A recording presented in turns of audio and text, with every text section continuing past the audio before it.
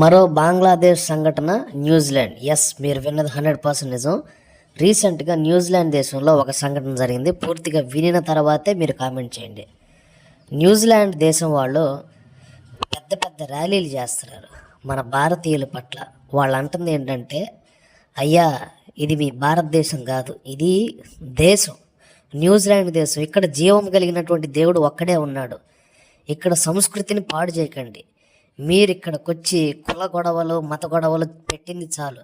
ఇక మీ భారతదేశానికి వెళ్ళిపోండి. ఇక దయచేసి ఇండియన్స్ ఇక్కడ ఉండటానికి వీల్లేదు అంటూ పెద్ద పెద్ద ప్లక్కార్డులు పెట్టుకొని ర్యాలీలు చేస్తున్నారు. అక్కడ మన సిక్ వాళ్ళు ఇండియన్స్కి వ్యతిరేకంగా వీళ్ళు న్యూజిలాండ్ దేశం వాళ్ళు ఉన్నది మాకున్నది ఒకే ఒక దేశం, ఒకే ఒక దేవుడు, ఈ దేశాన్ని దయచేసి పాడు చేయద్దు మీరు.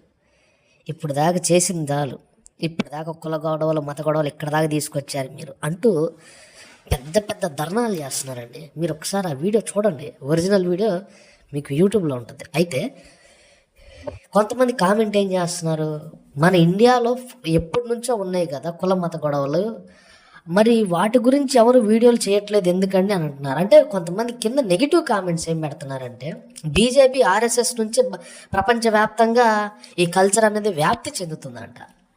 దానికి మీరు అగ్రీ అవుతారా? అంటే 10 ఏళ్ల క్రితం నుంచే మన భారతదేశంలో దళితుల మీద కులం పేరిట మతం పేరుతో దాడులు జరుగుతున్నాయి కదా, అవి చూసి ఈ ప్రపంచంలో వాళ్ళందరూ కూడా నేర్చుకుంటున్నారేమో. ఒక్కొక్కటే అబ్జర్వ్ చేస్తూ ఉండండి. ప్రపంచ దేశాల్లో మన భారతీయుల పట్ల ఎందుకు వస్తుందంటే, ఫస్ట్ మన భారతదేశంలో ఈ బీజేపీ ఆర్ఎస్ఎస్ వాళ్ళు స్టార్ట్ చేశారు కదా, 10 సంవత్సరాల క్రితం నుంచి మన భారతదేశంలో కులం మత గొడవలు ఉన్నాయి కదా, మరి ఇవి విదేశాలకు కూడా పాకినట్టున్నాయి. అందుకని విదేశాలకు వెళ్ళి కులాలు మతాలు గొడవలు సృష్టిస్తున్నారంటూ చాలామంది సోషల్ మీడియాలో కామెంట్లు పెడుతున్నారు.